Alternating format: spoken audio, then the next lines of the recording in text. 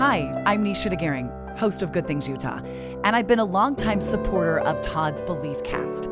I hope you find inspiration in the courageous stories shared by the amazing people Todd features on his show. The guests serve as shoulders for us to stand on, allowing us to see a little further and cultivate belief in oneself. Remember, you have the dignity and power to change. I encourage you to keep striving and believing in yourself. Enjoy today's podcast. Welcome back, everybody. This is Todd Sylvester with the Todd Inspires Belief Cast. And as always, thank you for tuning in. Thank you for sharing and subscribing and downloading. And more importantly, thank you for sharing these episodes for those that you know that are struggling.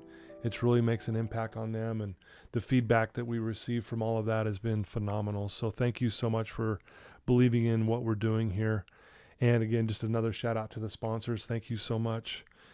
But, as always, we have another amazing person on the show today. We have Mathias John. Mathias, thank you for being here. Thank you for having me. Yeah. It's a pleasure. He traveled from far to be here today. Take a couple hundred miles, a couple thousand.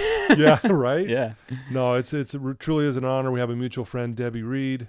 I think the world of her. She's amazing. And so grateful that she got us connected there. Yeah, me too. So we got to give her a little shout out and some props. Definitely.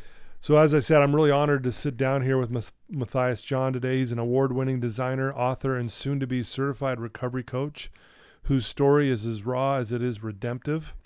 Mathias is the author of Not Yet Too Far Gone. I got a book right here. He just gave it to me, so I'm so grateful for that. It's a book born of the pages of his personal journals, co-written with his therapist during the darkest chapters of his life. From designing Grammy-winning studios to now designing a life full of purpose and connection, Mathias reminds us that even in the most high-functioning lives can hide profound struggle. And we can relate with that. I have so many people that say the exact same thing. And that healing comes through honesty, emotional intelligence, and service to others. And so, again, welcome again, Mathias, for being here. And I'm so excited to not only have you here, but also get to know your background and your story. It's as we said, Debbie speaks really highly of you and just says your story is, phenomenal and just how you've overcome so much. So can't wait to get into all that. But why don't we start? Tell us where you grew up and maybe a little bit about your family and childhood. Yeah, sure. I grew up in Arlington Heights, Illinois, which is a northwest suburb. So, Cubs fan through and through. I'm a North Sider. Finally got a World Series a little while back. Yeah, that was great. Yeah, right. Yeah, I moved away from the city and they won a World Series. You're like, that's not fair. It's like, hey, come on, guys. But yeah, I consider myself to have a great childhood. The suburbs of Chicago, it's a wonderful place. I always tell people, great Little League baseball, deep dish pizza. Ooh, yeah. I mean, you can't really go wrong as a kid. And I have two sisters, an older sister, younger sister. I'm the middle child of three. And, it was a good suburban life. Yeah. If my parents struggled, they didn't really let us know. Right. We always had food on the table, always lived in a comfortable house. My best friends are someone that was across the street from me and someone that was a block away. Oh, wow. From third grade on, still in touch. And it was just okay, we had this little community and, really supportive art scene in the high schools in the area too. Yeah. Which, I resonated with growing up a lot. Okay. We really enjoyed. Is that where kind of the itch to be a designer kind of came from? I think so. I think I decided when I was in 7th grade that I was going to be an architect. Okay. I make decisions and kind of just tell my parents, I'm like, that's what's going to happen. That's what I'm doing. Yeah. And so 7th grade was somewhere on there. I was like, I'm going to be an architect. Wow. That's so rare, right? To know that it's so young, right? Yeah. I just think of my own life, man. I had no clue. And, maybe other than I wanted to play in the NBA. Sure. Right? Well, it was an attainable one. That's the cool thing. It's like, you can actually do that. I'm not built for the NBA or MLB. I wanted to be Greg Maddux for a little while. Sure. Growing up. Greg, he's awesome. He's the best. Right. Yeah. And then I made that decision. I think just the the city, I'm sure, heavily influenced that. Yeah. Taking trips downtown and going on the tours of all of that. Yeah, Chicago's beautiful. I've been there a dozen times, and again, the deep dish pizza. Oh, I mean, right? It's Yeah. it's unbelievable, honestly. And I was a huge Michael Jordan fan growing up, so I'd go to Michael Jordan's restaurant and get his famous banana pudding, and then they had the vanilla wafers on it. Anyway. Yeah. But I love the city. It's beautiful. Oh yeah, it was gorgeous, still is, and it's changed a lot, but also in a great way. And so there's so many different pockets of Chicago. It's it's like not a very smaller version, but it's just a little bit smaller than New York. And in New York, there's so many different neighborhoods that you can find your spot. Chicago's the same way. And so I lived in the city for a couple years after college, and that was just really fun. And a couple different. Gotcha. Different communities. So after college, kind of did you know where you were headed? At that point, it was hopefully still architect. That was I went to Illinois, the Big Ten school, Fighting Illini, and got my bachelor's in architecture there. Okay. And then right out of school, I started working at a high-end custom residential firm, which I thought was my dream job. I loved it. Everyone there was great. Yeah. Young group of professionals. Half of them are U of I alum. It was just like, all right, in 5 years, project manager, another 5 years associate, and then after that, principal. Like it was gridded out. Right. I entered into architecture in one of the worst times you could in 2008, 2008. Yeah. So I had a short-lived, strictly architecture career. It was maybe 3 years before the firm it went from 14 on staff to 4. Jeez. When they let me go. Wow. So, post that, the only thing I was ever good at outside of design was music. Okay. I picked up a trumpet when I was in 5th grade. Still haven't put it down. Really? Yeah. And then that's cool. That snowballs right from trumpet. If you're really into the scene and get involved in high school, you end up learning some other things. So for sure. My primary now is piano. That's what I play the most. Very cool. But you dabble in a bunch of other things. My mom was a piano player growing up. She had a grand piano in her house. And it never resonated with me. She always tried to get me to take lessons and do it, but it never did. But my mom could really play beautifully, and I used to love waking up and you'd hear her playing. And it's that's great. Yeah, it was just such a smooth sound and just set a nice tone for the day. Oh, I can imagine the morning. Yeah, it was amazing. Yeah, one of my sisters took lessons. Okay. And she got to the point where she was learning canon in D, which is like the famous wedding song essentially now. And I was like, I want to know how to play that. So I just kind of taught myself. Really? Yeah. My dad was like, why didn't we get you in lessons? Yeah. I just picked it up and I already know how to read sheet music. What a gift. So seriously. Yeah, that's a talent. The music, I was musically inclined is the best way. And in Chicago, I did consider myself like a musician. I could play a handful of things. I'm like, I'm pretty good at this. And so nice. At the time in 2010, tech schools were starting to be a thing for music production and audio engineering. Yeah. They're everywhere now, which is great. Right. Because not a lot of people that go into music have the mind for like a 4-year bachelor's degree, and I need to sit through this to get to that. Right. Good point. So I went back to school for audio engineering. Okay. And that was in 2011. I graduated. Most people go from bachelor's to master's degrees. I went from bachelor's to associates. So I went backwards, which I always consider pretty funny. But as soon as I graduated from that program, I told everyone I knew I'm moving to Nashville. And I did. Didn't know anybody. I had an unpaid internship at a recording studio. Jeez. So I was going to be a producer engineer. That was phase 2. That was phase 2 after architecture. Yeah, and okay. so the only person I knew was the manager of the recording studio. I lived in a hotel. I didn't even have an apartment. What a brave thing to do. I mean, seriously, just to go out there on a whim, just knowing this is what I want to do. It sounds like, Mathias, that you, again, when you put your mind to something, you do it. Yeah, I'm realizing that as I'm growing a little bit older. I'm looking back. I'm like, that was bold. And one of a good friend of mine, who I roomed with in college, he was the one who told me, he's like, you take risks. I'm like, no, I don't. He's like, you do. They're calculated, but you think things through, but then you jump. Yeah. I was like, okay, looking like, yeah, did that. Okay, fine. Yeah. Well, maybe that's what's good because you don't look at it as a risk. Everyone else is going, geez, look what he's doing. And you're like, what? Think about it. There's no big deal. Yeah. And everyone's going, man, that's a pretty gutsy. And looking back, I'm like, that is a gutsy move. Right. I went to a city I didn't know a soul except the person that was scheduling me. Wow. And especially without an apartment, that was something I maybe would do a little differently. Yeah. Like the hotel life, I mean, that was just draining on your savings essentially. Oh, But that was yeah. only a month. That was like, I knew I was going to move there. I knew I was going to start. And then I Yeah. gave myself, all right, you got a month to find a place to stay, Yeah. find an apartment. And so I ended up getting an apartment on Music Row in Nashville, which was awesome. Just so great. Yeah. The Mecca. Basically, yeah. Right. And it changed. Music Row's changed a bunch over the years in Nashville, and I kind of came in right when it was starting to shift, where the studio started to go away on Music Row, and it became a lot more of like apartments, offices, kind of stuff. Okay. So it's changed a bit, but Yeah. the scene's still very much there. Yeah.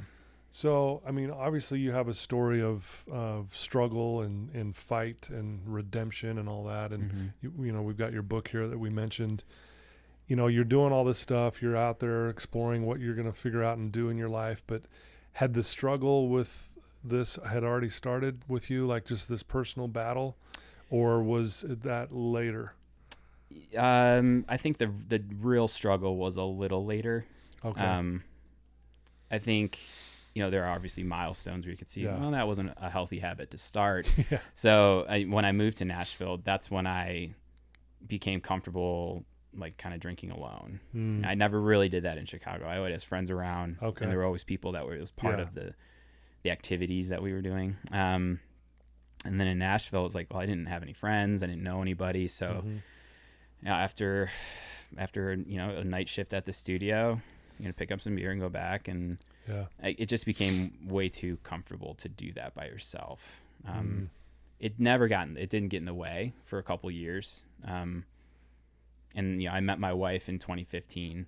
So that also tamed it a bit too. Yeah. Cause you're like, you know, to me, the first date I went on, I'm like, this is the last first date I'm ever going on.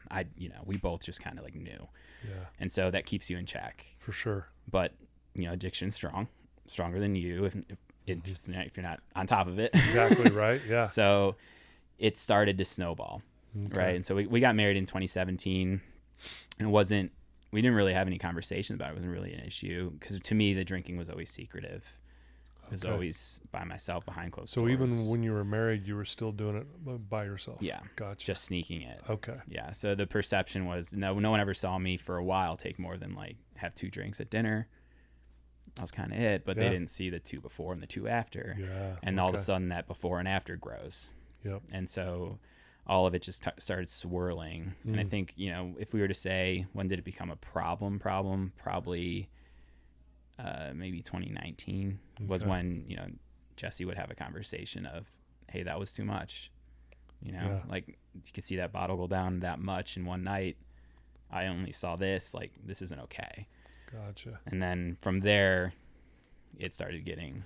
Were you receptive to that pushback? Like, hey, this is a problem. Did you like go, you know, hey, I'm seeing that this is being a problem, or did you kind of still deny it? Not for a bit. Okay. Yeah, it took a minute for that. Okay, yeah. Because I was drinking at the pace that me and my buddies would drink at. Yeah, right.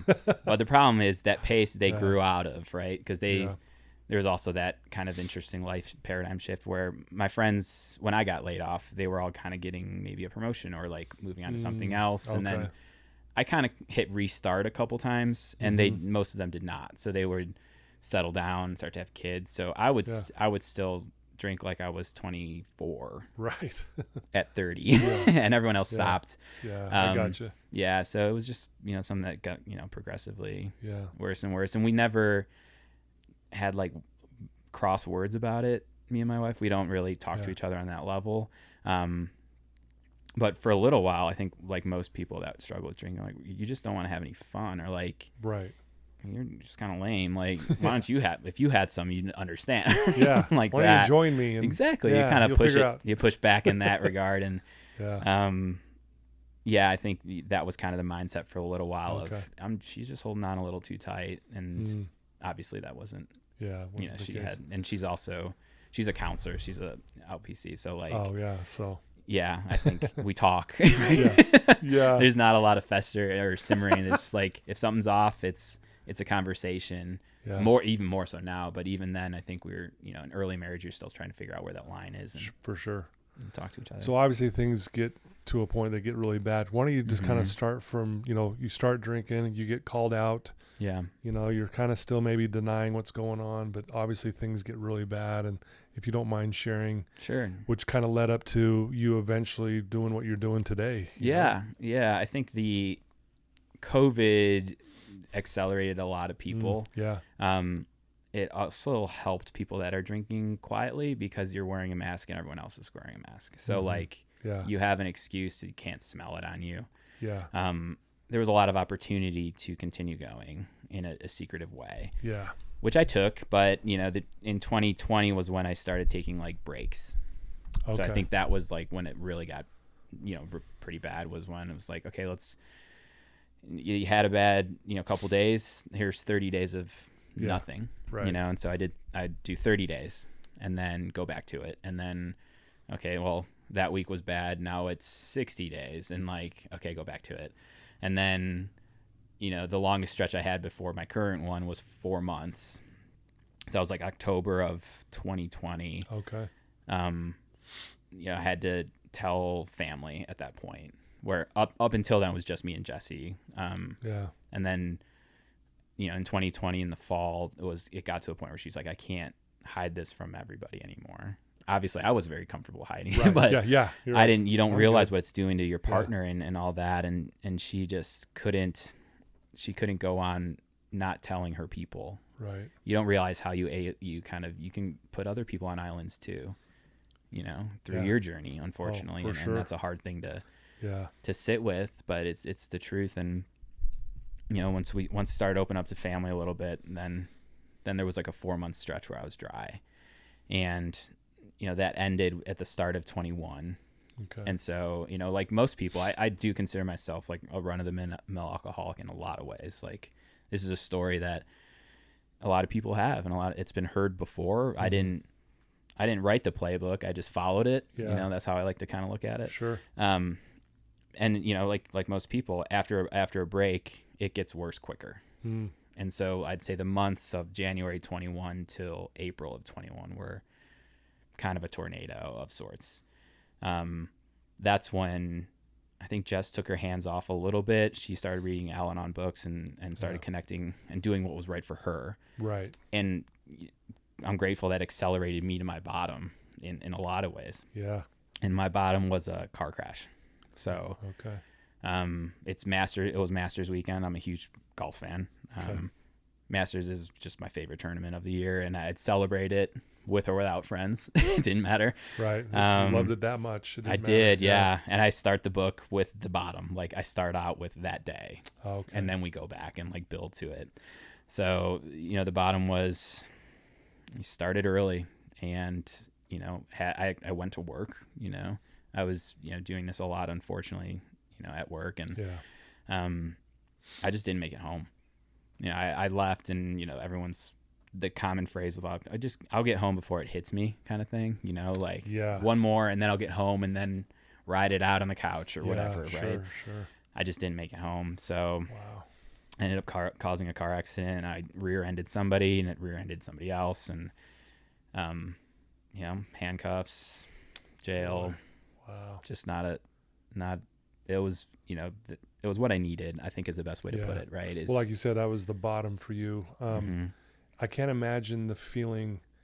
I mean, obviously you're a very well put together guy, despite the struggle behind the scenes. I know that, but like, you kind of know what you want. You know what you're a smart guy. You're a very well educated guy, but yet here all of a sudden you're getting handcuffed, heading to jail. I can't even imagine what that felt like in that moment. Yeah, I think it was very jarring. I don't actually remember the car crash. What I say in the book is, like vodka and airbags don't mix well, right? So there's a good chance I was concussed because of the airbags and the impact. Because I've heard that's pretty common. Yeah, actually. I was out of it for days, and really? And at that level when I was drinking, I mean, I could rebound and be okay. And the hangovers, you're just in this perpetual state of like, not really hungover because you start drinking the next day before it really hits. Like, that was unfortunately where I was. but I don't remember the accident. I kind of come to talking to a police officer on the side of the road, and then the handcuffs and everything. And it was an interesting thing because, you know, I was pretty calm, all things considered. Like the police officer that, you know, took me in said I was the most polite person he's ever dealt with. Wow. Because every time he opened I couldn't do anything. So anytime I opened a door, I said, thank you. I'm like, and it was just that being that civil, because I'm sure he's used to a little different response. And I was just like, I think defeat was probably a word. Like, I think I'm caught. Yeah. I think this is it. And I think all that was starting to wash over me, and it really hit the weekend. So that was a Thursday. I was accident. Friday, I tried to do as much of normalcy as I could, but obviously need to kind of get a lawyer and hope there's no one injured when the police report comes out. And those were the real hard because all the details you still don't know yet. Don't know how many cars were in it. I told 2 lawyers that it was just me and another person. I was on the phone with an attorney, and he was like, oh, it just came through. There were 4 cars in this accident, and 1 person went away in an ambulance.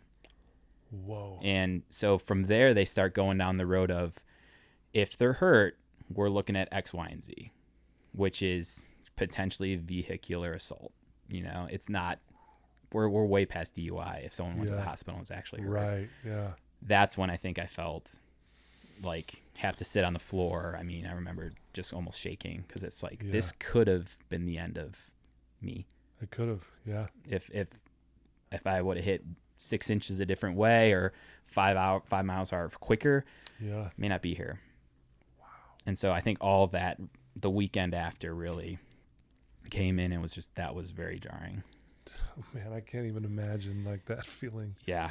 You know, so this happens, you know, you're cuffed up, you hear the charges, I guess, eventually what's going to happen. Mm-hmm. Just kind of walk us through that. And then obviously you've done a lot of, you know, your books about these journal entries that you've made, very personal. I mean, very vulnerable. It's open. I mean, it's an open book. It's me. Per se, right? Yeah. Yeah. So I want to get to that point of like how you got to the place where you're starting to journal your thoughts and, you know, really getting vulnerable with what's really going on with you. Yeah. So I think we have to just back up a little bit for that, on the journaling front, because I think that's what makes this book relatively a little bit different, right? Yeah. It's in recovery, that's part of the recovery process is journaling, right, for a lot of people, especially in treatment. You know, it's part of it. I started journaling in 2016. Okay. So I got into Stoicism. The Daily Stoic was a book that I picked up in January of 2016, and, you know, walks you through every day. Yeah. And that kicked off my journaling journey. And so I journaled every morning since then. Okay. So I have a lot of journals. So there's a lot of information. There's a lot of journal. There's a lot of material. And it's interesting because that brings you from like happily married to kind of sort of struggling to full on addiction and into recovery.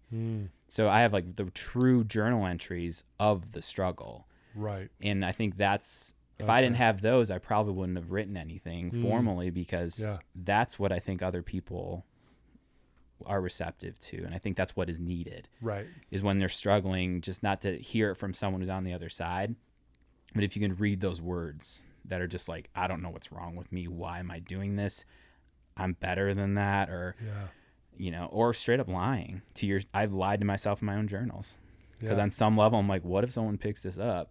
Right. Like what if, and Jessie would never do it. She never did. But what if she were to read my journals and like, what is he really thinking? Yeah. So I would journal, I would manipulate my own based thoughts off of that in some ways. And like, you know, there are other areas in the book where I'm journaling about an awful couple days and just beating myself up. And then I go to therapy, and I don't talk about drinking at all. And so that's another interesting voice in the book is there's like, you know, active addiction. Those are the journal entries. Then there's me in recovery commenting on those, what's really going on. Okay. And then Ashley chimes in as the clinical authority. Oh, okay. And she can say, this is what he was really saying. And she pulls session notes. She pulled a couple emails that I sent her. 2 of them were very interesting, because I wrote one night, I need to go to treatment. I'm in a bad place. Yeah. Jessie and I are not aligned. Like, I think I need to go away. And then before she could respond in the morning, I replied to that.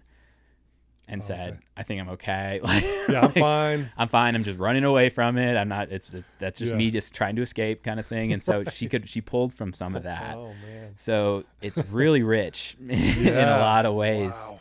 So, with every journal I write, I use just like the standard Moleskine 5x8, Yes. 8.5. Yeah. Just, it's a classic journal. Sure.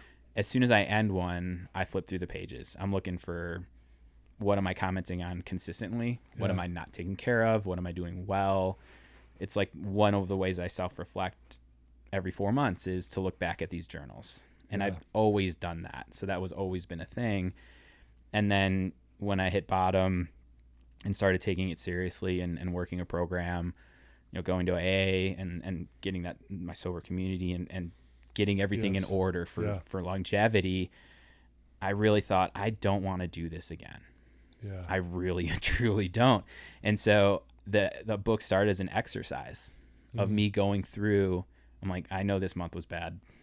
Pick up a journal and read it. Yeah. And then it started to think, I'm like, I think there's something here. Yeah. I think there's something to share, and I think it could help people. Well, I mentioned it in our opening about you, about the importance of honesty, something that you lean on a lot now at this point. Right. I think I love that you even said, like, I was even lying to myself in my own journal. I know. And I think a lot of people can relate with that. I'm not a journaler like you were, but I've done journaling before, and I remember doing the same thing. I'm like, oh, I don't want to say that. Yeah. Because what if someone read it? It's the same thing, and that just really struck me. But I know now for you, one of the things you really stand on is the importance of honesty. You mind talking about that just for a minute? Yeah, I think I always thought I was an honest person, mainly because I couldn't lie growing up. My parents knew poker face does not exist. I don't play cards. Right, Someone, and so if something's off, people can tell. Yeah. And people can know, and like whether I wanted to talk about it before, this whole journey or not, that people would know if I'm not telling the truth. Right. I'd wear it. Yeah. And somehow alcohol turned me into a liar. And I hate looking back. I'm just like, I just can't believe that I would sit there and lie to the most important person in my life so consistently. Yeah. And lie to myself.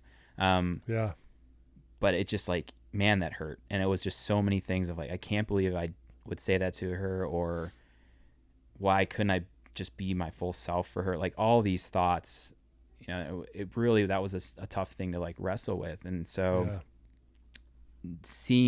being able to look back at it and seeing that in writing, it was like a strong reminder and a strong, like, your foundation's got to change. Like, if you think honesty is important, you got to walk that. For sure. And so that's what I started doing. And, my journals are, I still like the structure of my journals are the same. And like the morning routine's the same, but we won't catch a lie in there, and that's like showing up for other people is incredibly important. Yeah. Have these honest conversations and not have to think, what am I setting myself up for? Like, what's the angle or anything? Like, how am I positioning myself? Yeah. That's gone. It's just like, it's a freeing thing to just know. Like, not everyone has to know the full and truth of every scenario. Right. But like, one of the things I've tried to remove from my vocabulary is like, well, to be honest, right? Like, well, what were you going to tell me? Yeah. Were you going to lie? Yeah. That's kind of my thought is like, if I'm saying that, like, was I prepping for a lie and then just like letting them know? Like, what am I doing? Yeah. I've done the same thing. I've tried to stop saying that for that very reason. It's like, no, I'm always telling the truth. I want to be at least I should be. Right. Right. Yeah. Or you want my honest opinion? Like, no, you want my opinion? Like, yeah, I know. So I'm just trying just trying to live like that. Yeah. And I think, especially in a recovery world and staying on top of yourself for sure is huge. It's like, be honest about what you're feeling, be honest about who you're treating, how you're treating others, how you're showing up, your role in things. Yeah. And that was a lot of 12-step work. Sure. You get honest. You have to. No, you do. Well, there's a lot to your story, obviously, and we could talk many different directions here. Sure. What was the point where you're like, okay, I'm no longer drinking. I'm not going to do that anymore. I'm done with that way of living. Was there a moment that happened to you, or was it a gradual thing and just over time? I mean, I'm sure there's a little of both, but Yeah. was there a catalyst that just was like, boom, I know I'm never going back to that life again because it was so bad or whatever? Yeah. I think handcuffs have a lot to do with it. Yeah. Hi, Mom. How's it going? It's a good point. It's a good point. Yeah. Handcuffs. I hate handcuffs in the back of a cop. I just I'm boy. like, how did I let it get to this? Like Yeah. everyone thinks. I want to take a moment to express my heartfelt gratitude to the incredible sponsors of the BeliefCast podcast. First, Craig from Craig Swap and Associates. If you need an attorney, he's your guy. Trustworthy, compassionate, always there when you need him most. Next, Wasatch Recovery, the greatest university on the planet, transforming lives one day at a time. Sandy from Minky Couture, the creative genius behind the most comfortable blanket you'll ever wrap yourself in. Comfort like no other. Special thanks to the award-winning pianist Paul Cardall for his beautiful music that brings inspiration to every episode. And then, you're angry with it. Mm-hmm. Like I was angry at alcohol for a long time, but that's not sustainable. And so, after a couple months after bottom, Okay. I started to realize, oh, this is what they're talking about. Okay. Like this is the life that you can have. Yeah. Things start to free up mentally. You start to get out of the fog a little bit. Yeah. And so I think, the bottom was like a pretty hard line for me. And then it just started accumulating just strength, like over time. Right. Okay. Oh, why would I ever want to do that again? Yeah. And, and that's the hard thing with any addiction is like, it's still there and you're still going to have that struggle of sometimes it, man, it might feel nice, it's never completely gone. You just have to like truly stay on top of it. And another scenario, like part of the whole, and I'll avoid the legal aspect of it, but Sure. I did have to spend 2 weekends in jail as Okay. part of the, as part of the legal process. And those broke me pretty good. Emotionally, it was just like next level for me. I thought like I worked with my therapist to prep for it. These are the exercises. These are what you can, because they give you like a instruction manual, basically how not to get in trouble. And Yeah, then, right. And then a little pencil, like a golf sheet pencil. And so I, was writing and doing as much as I could, but, making a phone call to my wife, standing in line, trying to figure out, and I didn't know how to work the phone, the communal phone. And so I had other people coming up to me like, like these guys had been there before a few times. And that was just so jarring I find so many paradoxes in recovery. Yeah. Which I really like them in general. They're kind of fun for me. I like holding Sure. two opposite truths. Like I feel like that's okay. I don't know. I just enjoy that. Yeah. To be able to see their perspective. Yes, that is true. That's perspective, but so is this and that. So jail is one of those things of, I didn't feel like I was like the people that were there for the most part. Yeah. But also I did break the law and I did earn my spot. Right. So I'm not one, but I am one. For sure. And That's a good so point. Yeah. having those weekends, I think, solidified it. I'm not sure how much more solid it needed to get. Yeah. But it definitely was a couple moments of never again. Yeah. Let's do everything we can. Well, it's, as you're sharing this, in my head, I'm thinking, if you could imagine like you stepping outside yourself and looking above and seeing yourself standing in line in jail, waiting to make a phone call, not knowing even know how to work the phone, where you never saw your life there. Right. Ever. No. Never. Like you're the architect, you're the designer, you're the musician. I mean, that's who you are. You're that guy who goes, no, when I put my mind to something, I got it. Yeah. And all of a sudden you find yourself standing in line for the phone in jail. In a jumpsuit. I can't even, what a contrast of, this is where I thought I was heading, but man, I find myself, like you said, you earned the spot. Yeah. I deserve to be there. Yeah. And I'm the one that put me there. Yep. It wasn't like it was an unfortunate circumstance of events or, but it was my doing. And that's just really hard to sit with. But again, that's, part of the process, and everyone's bottom looks different. And, a lot of questions from people that not necessarily in the recovery world, they're just kind of curious. Like, so you really like, never drink again. And the main thing is like, I'm not drinking today. I'll tell you that. Like, let's focus there. Yeah. And then the other part of that is like, my response to that is like, God willing, my sobriety date is April 9th, 21. Yeah. God willing. Yep. Okay. Love it. Yeah. Love it. So again, the book's called Not Yet Too Far Gone, which I love the title. I mean, Thank I think you. that's I've gotten a lot of compliments on the title. Yeah. I was proud of I that. wanted to, were you nervous once, you decide to write this book, Mm-hmm. you decide to put all these vulnerable journal entries in here, and were you nervous at all when you were like, okay, as you're putting this together and you're getting ready to maybe publish this, was there a part of you going, man, I am putting myself out there, or did that not even faze you at that point? That wasn't the tricky part, I don't think. I think I made the decision, and I was like, this is right. Well, again, there you are. Yeah, you know, make right? the decision, you do it. As I was saying, I'm like, I know where that's should have going. known. I should have known. Yeah, I should know at this point. Yeah. Just think it's so amazing. Go ahead. Sorry. Well, the hardest part was, so obviously it's my life. It's also my wife's life. Yeah. Right. Yeah. It's also, there are other people in this book. Yeah. And so is getting clearance from everybody. And I have such strong support system that I wish I would have recognized earlier. Mm-hmm. And I think a lot of people do have families that love them and friends Right. that take them for who they are. Yeah. But they still don't think, they might think differently if they knew that I was doing this or like that. And Right. I did the same thing. I'm like, well, I got to uphold this image Yeah. for a while. But the hardest part about writing was probably every chapter I wrote, I'd send to my wife and say, whatever you want to veto, you let me know. Okay. And there were like two events in there, I think 2, that she just straight up didn't know about. I never told her about.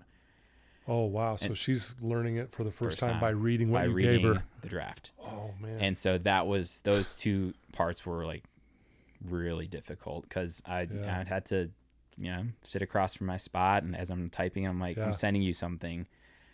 And you have every right in the world to not want to talk to me for a week or whatever it is. Whatever it is, yeah. And you let me know if you don't want this in. That's fine. But there were a couple points in the book where I'm like, this is sticky. Because, the front part of the book is setting up a lot of me, which goes into kind of the stoicism and like how I started journaling, finding Jessie and how important she is in my life and like, just that aspect of it, the professional aspect of things going really well.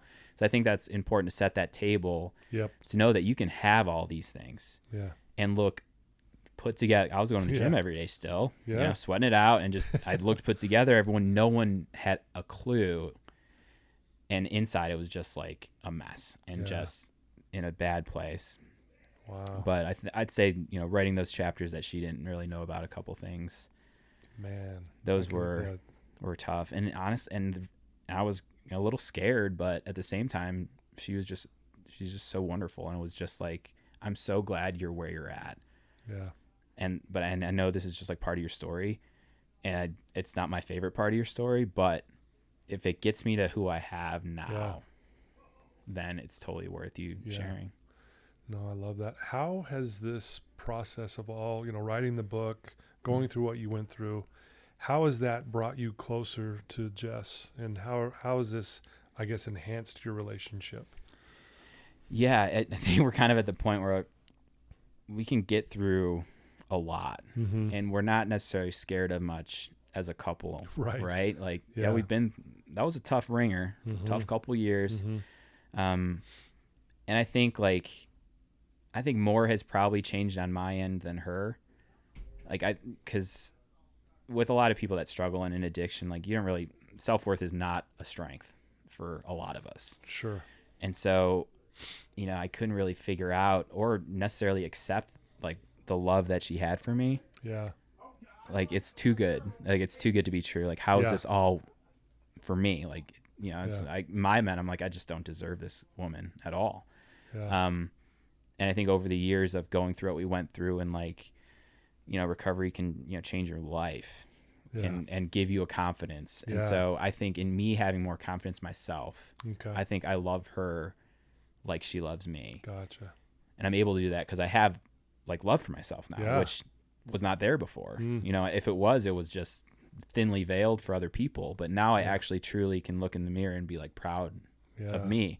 Wow. And so she sees that, and like all that kind of plays off each other, and like the connection is just so deep at this point because of all that. That's beautiful. I'm glad to hear that, and you know, I'm glad you guys are still together and through this whole process. That's really cool and very, very fortunate, right? Because that doesn't always happen. No, and that's what I learned a lot in recovery too. It's like I don't think that's the norm. Yeah, it really isn't. Yeah. So. And that's why I was just like, wow, she is. And I could probably write a book about how much I love my wife. Maybe that's the next one. It could be. I got another one in the hopper. Do you? Yeah. Nice. It's not recovery related. Okay. It's called Attainably Handsome.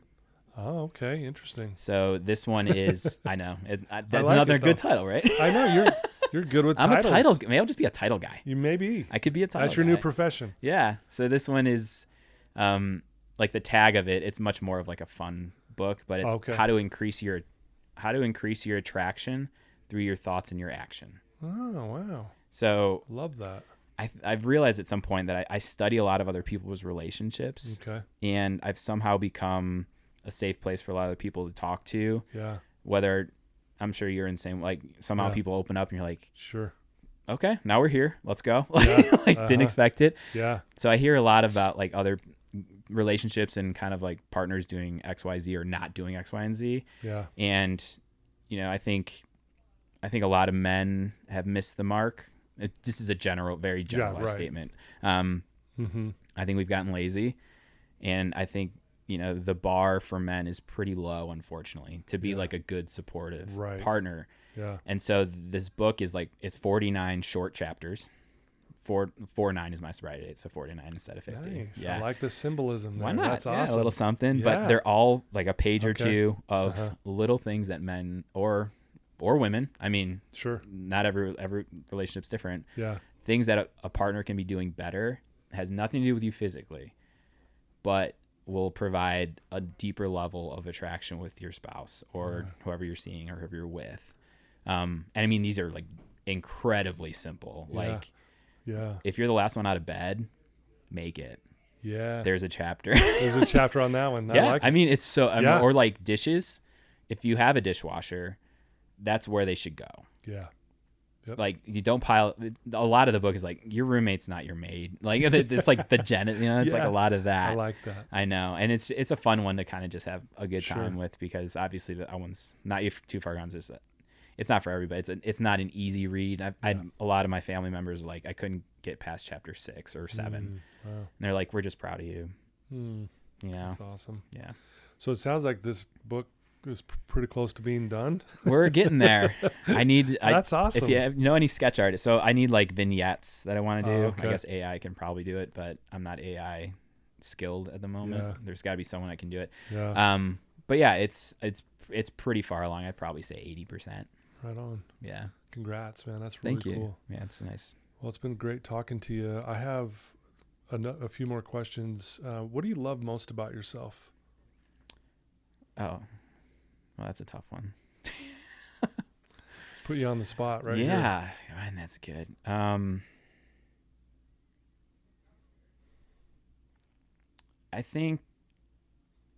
I think my willingness and ability to show up for other people right now is what I love most about myself. Mm-hmm. It's kind of one, like, I like that, because what people have done for me before, and it's like, yeah, I'll be there. And just like, I really love that. I love connecting with people. I don't have a lot of like casual surface level friendships, right, or conversations for that level, for that matter.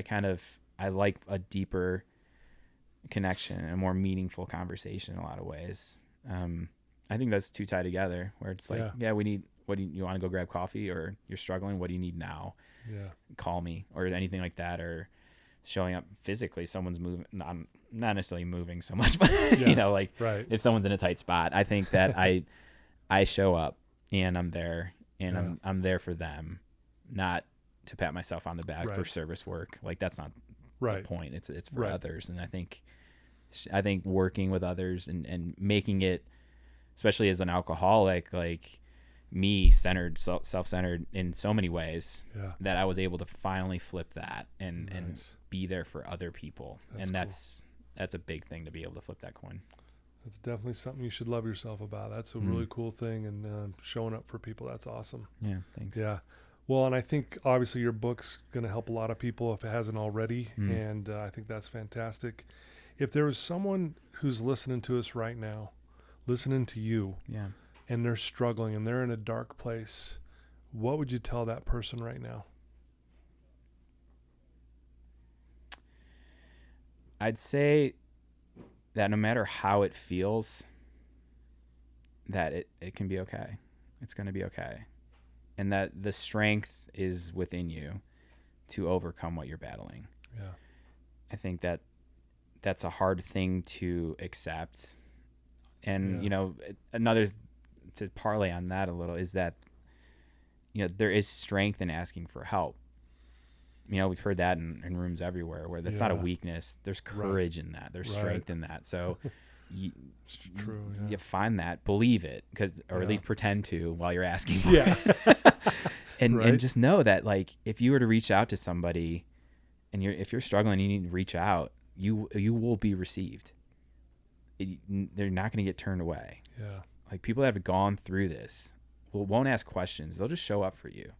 It's not circumstantial. It's no, okay, I've been there. What do you need? How can I help? Or maybe try that. I mean, that whole thing of struggling silently. Yeah. That's, and that phrase, like, recover loudly to help those struggling quietly. First time I heard that, I'm like, bingo. Yeah. This is it. Because not everyone wants to share their story. Not everyone. It's not for everybody. It's a kind of a big thing, and you have to be very okay with everyone kind of knowing the ins and outs of you. But I think just letting people know that, there's so much strength and there's so much courage in asking for help. Yeah. And you have it. You have the strength to ask for help, and you have the strength to get through it. You just need to, put that first foot forward. I love that. Very well said. Thank you for sharing that. Yeah. If someone wants to reach out to you, Mathias, and, learn more about you and get a copy of your book, Not Yet Too Far Gone, what would be the best way for them to do that? Sure. The book's available on Amazon. The book has a website, notyet2fargone.com. So pretty straightforward there. Yeah. And then I don't do a ton of socials, but I am on Instagram, and that's where I'm active. So that's just Mathias John. I think there's 2 underscores. Okay. But that's the best way to connect with me, really, is, and that's been a real fun part about the book is random messages, from people don't know or have never talked to, just like, hey, this has impacted me. And or like awesome. They'll follow, and then I'll post, like, I like to post random days, like, all right, 1,500 this week or something like that. Sure. Just because I think people need to celebrate the little wins and kind of keep something. I actually saw that on your Instagram. Yeah. You had that ticker. The ticker, I love that. That was cool. Yeah, that was cool. A great gift, and I just love I love that gift from my wife, of course. Yeah. But yeah, I mean, those types of things are fun. And then just getting a message from someone like, hey, read your book and I'm on day 90. Like, wow, that's awesome. I mean, I almost cry consistently because it's like, I can't believe that my words, because, again, the self-worth, it's better, but it's not like, all right, I'm good, right? Everyone still has their moments, and the recovery world's a two-way street. If I'm working with someone, that's helping me too. Absolutely. And so when I hear that from somebody, I'm like, okay. And the genesis of the book, I always said, like, if I air this out and it helps this one person, it's worth all the time and money I put into it for that person. And that's been rewarded over many times. That's so cool. Yeah. There's a quote by Pablo Picasso that says, the meaning of life is to find your gift. The purpose in life is to give it away.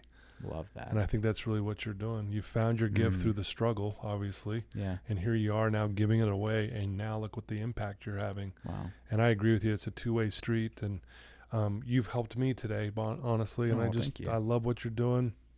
Again, thanks to Debbie for getting us together. Yeah. I know you traveled here for other things, but I'd like to think you just traveled to be here with me today. Oh, it definitely helped. Yeah. We'll put that. No, but no, it's, we'll travel for podcast. There we go. Yeah. I'll put all your links in the show notes when we go Great. live so Thank people you. can just get right to it. But Sure. thank you so much for taking some time and Yeah. sharing your story with us Absolutely. today. Thanks for having me. It's been a real pleasure. Absolutely. Mathias John, folks. What a cool story. What a cool guy. Please reach out to him. Check out his website. Get his book. If you have a loved one who's struggling and you're not sure how to maybe break the ice, get them the book or send them a link to this episode. Let them listen to it to kind of break the ice for you. And, let's spread the word and help Mathias get, more of these books out there, because there's a lot of people who need to hear it and a lot of people out there struggling. So I love you guys. Thank you for tuning in. Again, thank you to my sponsors. Thank you for believing in me. And I don't know, I'm so blessed to be able to sit with people like Mathias and hear it firsthand, his story. And I know you guys felt it too. So thanks for being here. And Mathias, one last thank you to do. Thanks for being here. Thank you too. Take care, everyone.